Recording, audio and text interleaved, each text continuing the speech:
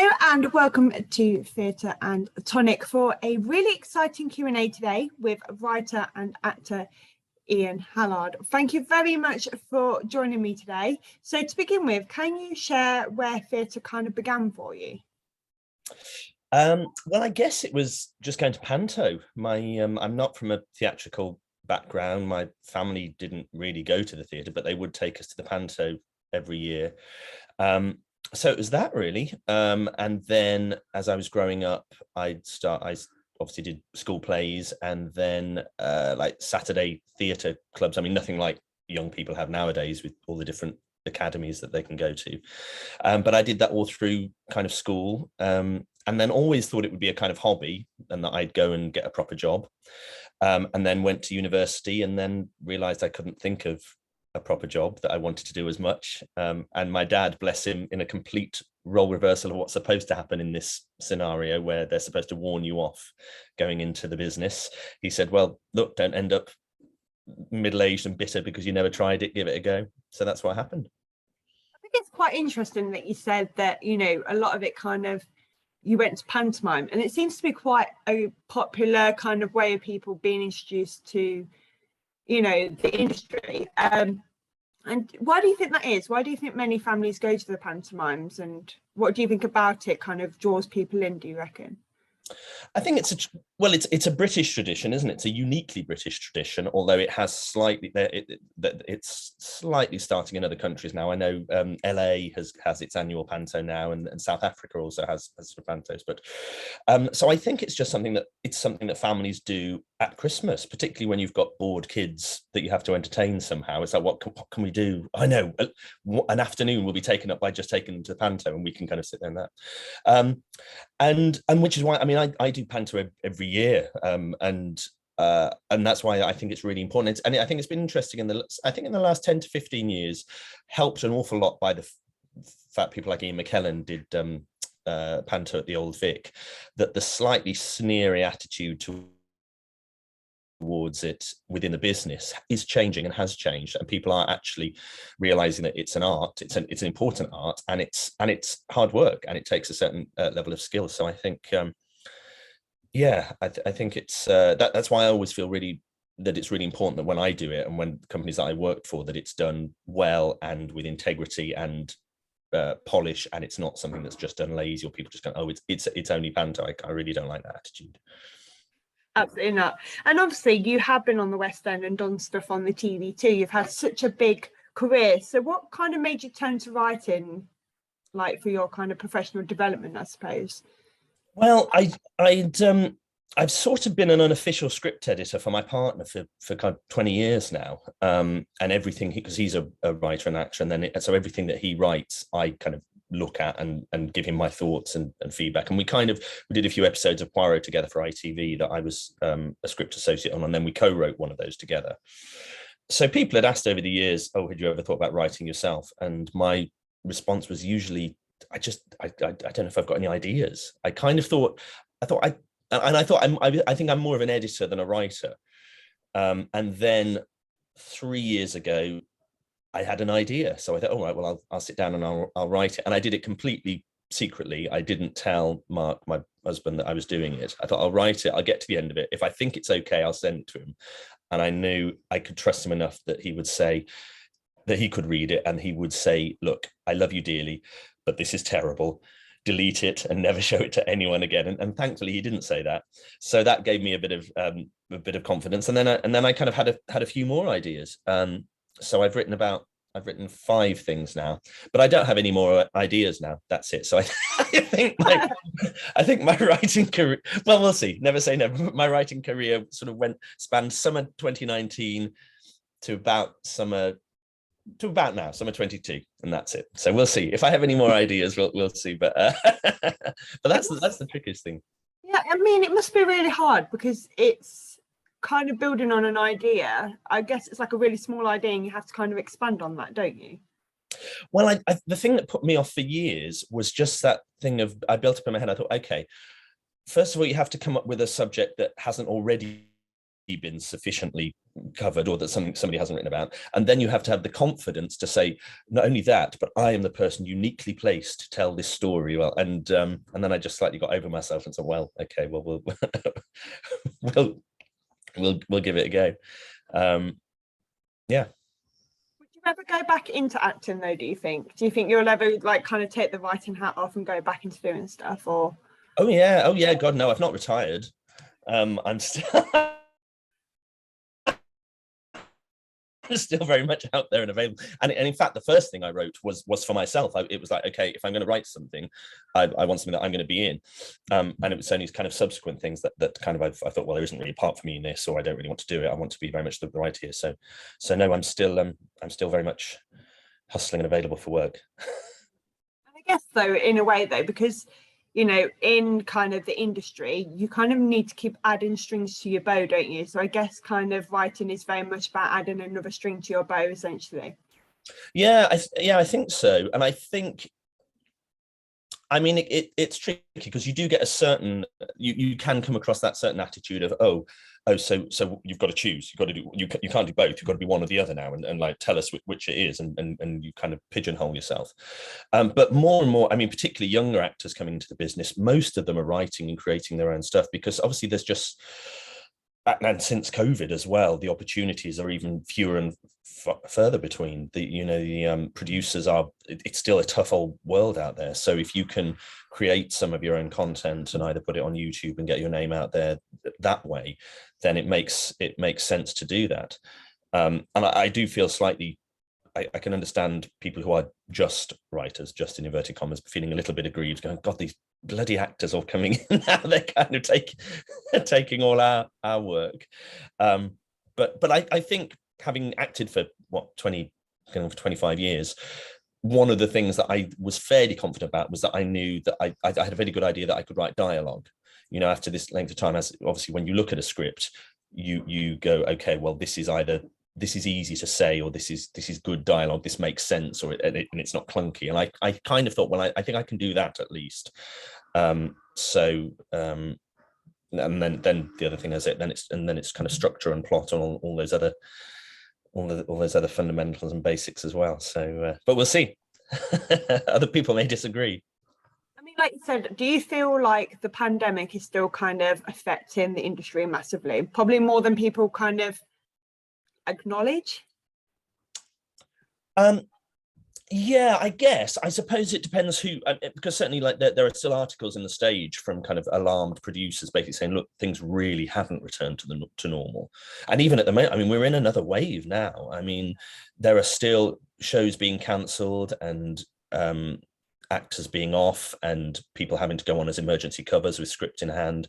And it's also affected the way people book as well. I mean, it's been a fundamental shift in terms of people leaving it to the last minute to go and book to see something, which is sensible, because even if you know that a theatre has a returns or an exchange or refund policy, it's a hassle having to go through that. So you might as well, so it makes sense you wait to see if you're well and you can actually go to the theatre, and then you book it as late as possible. So obviously that's just a bit nerve-wracking for all the producers out there who want the reassurance that their show is selling well in advance and that it isn't just going to be a whole load of people booking on the day. Absolutely. So we'll get on to Horseplay in a second, but you also recently announced The Way Old Friends Do at Birmingham Rep. So how does it feel to kind of be announcing kind of two pieces of work quite close? Well, not obviously close together, but they are happening quite close together, aren't they? Yeah, I mean, this is it. You kind of you don't have control over these things. Sometimes it suddenly feels like people are going, God, what, another one now? And you go, this does represent several years' work. I mean, the Way Old Friends Do is the first thing I wrote. That was the thing that I wrote in summer 2019 that I wasn't sure if it was going to be any good or not. So that's been a long journey that was stalled by the pandemic. We were sort of well on the way to getting that scheduled, and then there was a big hiatus. I mean, I actually took it quite personally at first. I was like, pretty typical. Just as I start writing plays, a pandemic comes along, which means plays cannot go on. So I had a little that first lockdown. I was in mourning for my burgeoning career that might never have happened. So that's been trundling on along for a long period in the background, and then it just the way these things happen, suddenly we're kind of looking at visuals at the same time, discussing casting at the same time, and even announcing it. We were kind of suddenly like, it looked like both of them are going to announce in the same month, although obviously, as you say, Whale Friends Do is a much longer lead in till kind of next year. So it's exciting. I mean, it's fun to get to have stuff out there. And we'll see. This is a whole new avenue for me. So we'll see. I mean, it's certainly when it comes to the rehearsal room for Horseplay, I've already said to Andrew, the director, I'm very mindful of the etiquette here. You know, the writer isn't there all the time, and keeps quiet when he is. So I've already promised that I will behave myself. So when Horseplay obviously is coming to Riverside Studios at the end of August. So can you tell us a little bit about Horseplay? I can. Well, I wrote it in the first lockdown, summer of 2020, and just the idea that, I mean, in terms of ideas, that was one that just kind of popped into my head, and a few things really. I mean, it's basically, the premise of it is a middle-aged gay couple decide to hire an escort and a sex dungeon for the evening, and then things go awry and they get locked in for 24 hours. So I don't know why in that first lockdown, when we were all stuck in our homes and I was there with my husband, why I decided to write a play about a middle-aged gay couple trapped in a room together. I don't know. Who knows where that idea came from. But I would hasten to add that's the only element of it that's autobiographical. I've never been in a sex dungeon, much less trapped in one. And I did, as I was writing it, my Google history, I did at one stage have to Google things you find in a sex dungeon, which affected my, your advertising algorithm of things that pop up that affected that screwed with my algorithm for weeks. So I was like, no, I don't want a cage or or any of these things at St Andrew's Cross. Thank you very much, Google and Amazon. So that was sort of, and it was a kind of it was inspired by a few things. I thought, okay, that's a funny idea, and just that the comic potential actually in characters being trapped together. I mean, all those kind of classic British sitcoms, Steptoe and Son, Fawlty Towers, Porridge, they're all about characters that are either literally trapped together, like as in Porridge, or figuratively they can't get away from each other. So I thought that had kind of a lot of comic potential. And then to write something about kind of older gay men and their sexuality that was in a positive or light-hearted way, because one of the things that kind of stuck in my mind was a show I'd been to see, which was a great show, but the one older character in it who was gay, he was the villain of the piece, and one part of the sort of shorthand for him being the antagonist was the fact that he was into unconventional sex, and I thought, and it's comparatively rare to kind of see that presented in a positive way, where it's just like, well, just because they're into something a bit unconventional doesn't make them a bad person. So I sort of wanted to redress the balance a bit there and explore that whole kind of avenue as well. So how did you develop your characters, Tom and Tim? Kind of where did they come from? And what did you have in mind for them when you first started out? Did you want it to be comedy, or did you want it to be quite serious? Was it always going to be a comedy, do you think? Oh no, it was always going to be a comedy. That was the initial image of them being trapped there, and also the sort of superhero element as well. I was looking up something else I googled was fantasy role plays. So going through the different things we had. So I had like Roman centurion and slave, obvious school teacher and student, doctor, nurse. There's literally a website. I think there was about 50 of them. And then I got to the superhero and I thought, oh, well, that would be quite fun. And also, crucially as well, it means that they stay fully clothed, so they don't have to. So that was one of the ideas for it. But yeah, it was just kind of coming up with and then as the central characters, just they're not based on anyone in particular. They're just an average gay couple talking, and I think some of hopefully the humor comes from the ridiculousness of the situation, alongside just that mundanity of oh, did you leave the, did you put the cat out? Did you leave, you didn't leave the iron on, did you? And things like that. So so yeah, it was just, and then just having fun. And in that way, I mean, because when I first started writing The Way Old Friends Do, if you just said that I didn't know was going to be a comedy, but although when you look at the premise of it, you do kind of go, well, it's not likely to be a searing political drama. And I mean, I can never remember jokes. So if anyone had said to me, would you end up writing a comedy? My initial response would be, oh, I don't know if I can. And then, but in a weird way, without sounding too pretentious and wanky about it, you start writing, and in a way the characters almost sort of take over, and that they end up saying funny things rather than it feeling like, oh, now I have to come up with a funny line. And the comedy very much comes out of the character. You kind of go, well, that's, once you've created that character, obviously that is what they're going to say in that scenario, and if that happens to be a funny line, then that's brilliant. So that was sort of the route into them and creating them. Like going into the rehearsal room then with this kind of your kind of baby of like writing and kind of making that transition into something that's actually physically there? What has that transition been like? Well, we haven't started rehearsals yet, so I'm still to find and yet to find out, although we did have a rehearsed reading of it last year, so we've had a little trial run with Andrew Beckett, who's directing it. So I was there for that, and we kind of had a couple of days handing it over. And what's great is, and we particularly with the cast we've got as well, is you just know that they're going to come up with takes on the delivery of the line, or situations that you actually didn't even imagine, which will be hopefully even funnier than what you had in your head. But no, it's all kind of all to play for, and all to be discovered, really. I mean, the lovely thing about already having, as I said, that little trial run, having the rehearsed reading last year, is kind of reassuring that people actually did laugh. But also, and I think this is one of the things that as we talk about the show that we really want to get across to people, is that it's not a niche play. It's not a kind of it's not, you don't have to be gay to get it, because fundamentally it's a play about relationships, and then the other couple in the play as well.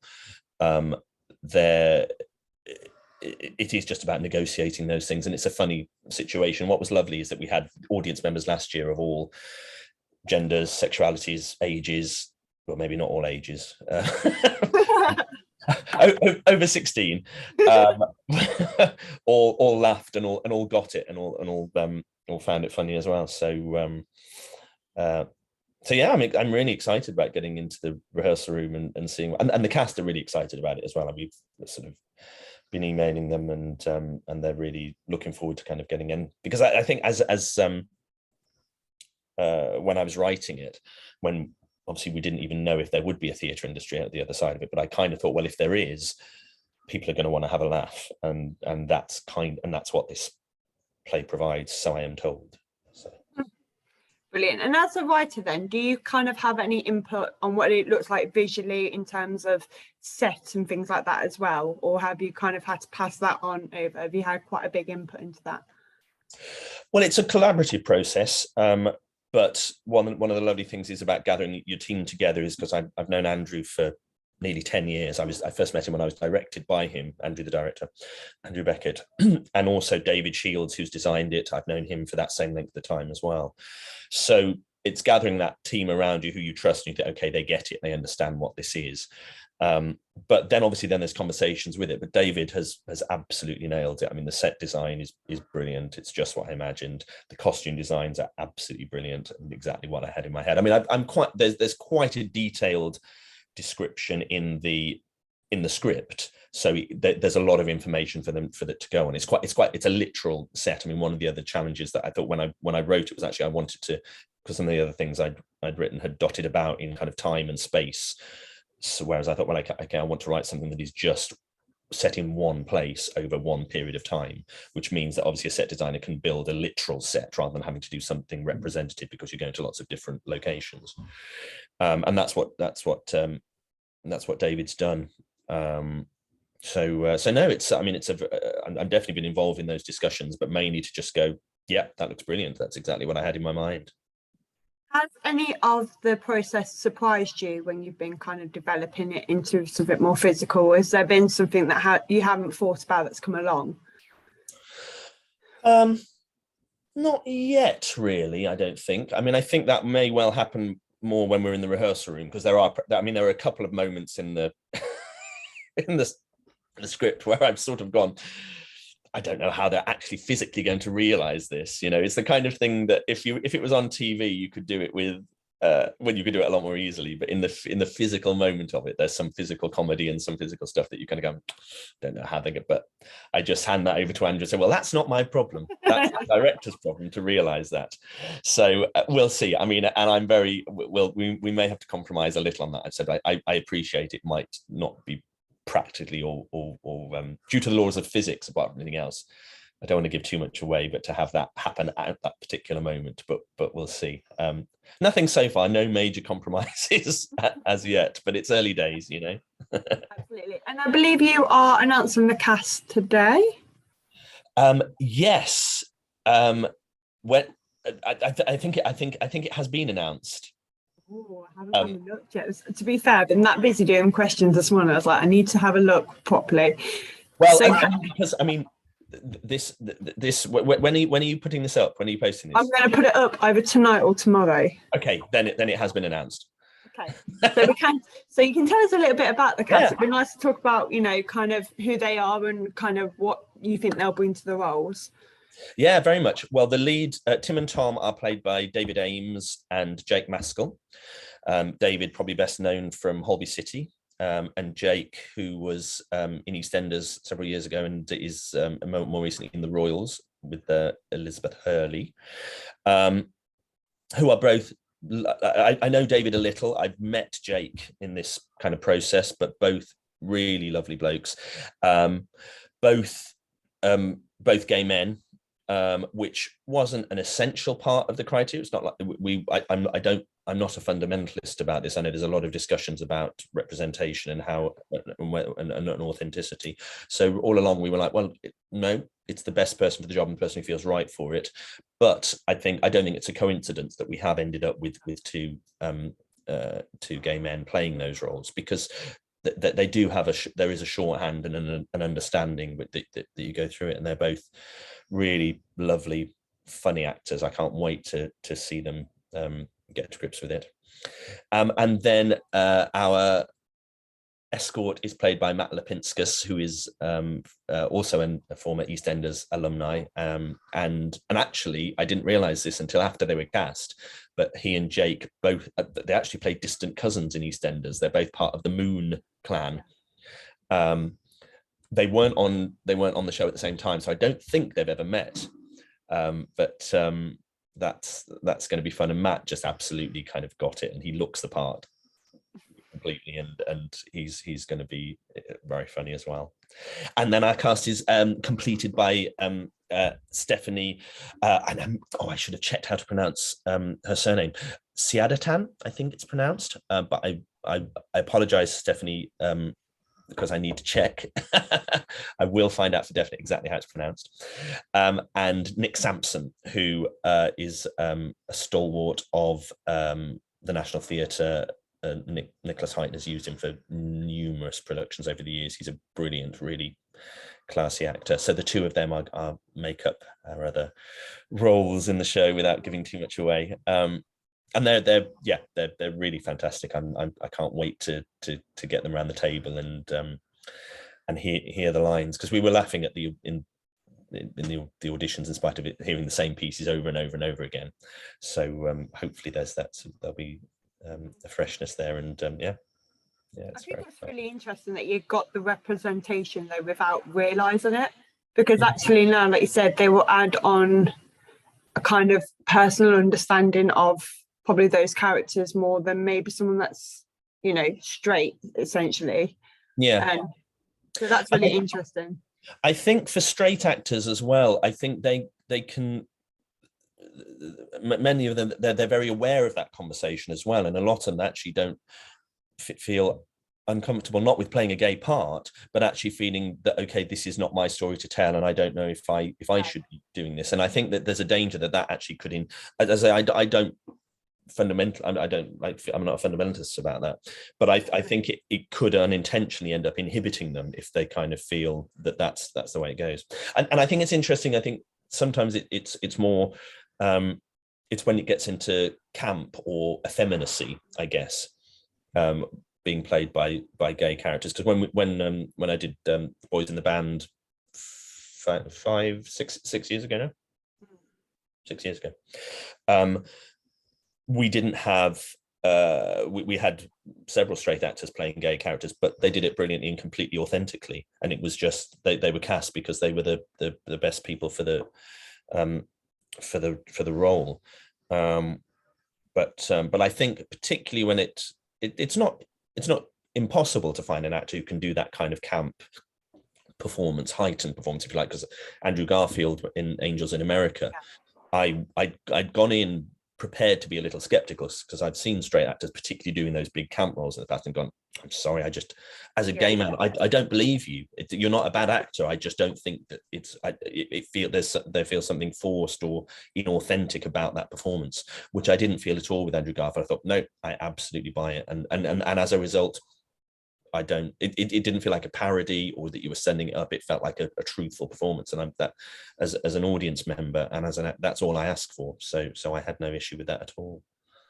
And what would you want people to expect from Horseplay when they come and see it? What do you want them to kind of experience when they come? A laugh mainly. I mean, I'm not trying not to sound too arrogant about it, but what the hell, I'm here to promote it, aren't I? I'm not going to sit there and go, well, I think it's all right. I think it's a really funny play. It made me laugh a lot when I was writing it. Everyone who's read it has said they really found it funny. And I think it's just a very funny play. And if they take any more than that away, then I think it's a sort of heartwarming piece. It's not nasty. All of the characters are kind of sympathetic and have their funny moments. They're flawed and they can be infuriating at times, but basically they're all quite sort of lovable as well. And there are two sort of love stories at the heart of the story, at the heart of it as well. And I think, and just again, it's not a niche thing. I'd be, as much as I would love an LGBT plus audience to embrace it and come to see it, that's not essential at all. I mean, you have to be maybe a little open-minded, but I think it's not quite as shocking as you might expect. Although, I mean, my mum and dad watched the rehearsed reading last year, so if they can watch it, although it was conversations you don't expect to overhear, literally on the way back, hearing my dad explain to my mum what 69 meant was. It's gonna be like, oh my God, Ian, what have you done? You've created a conversation with them now. Exactly. Yes. Yeah.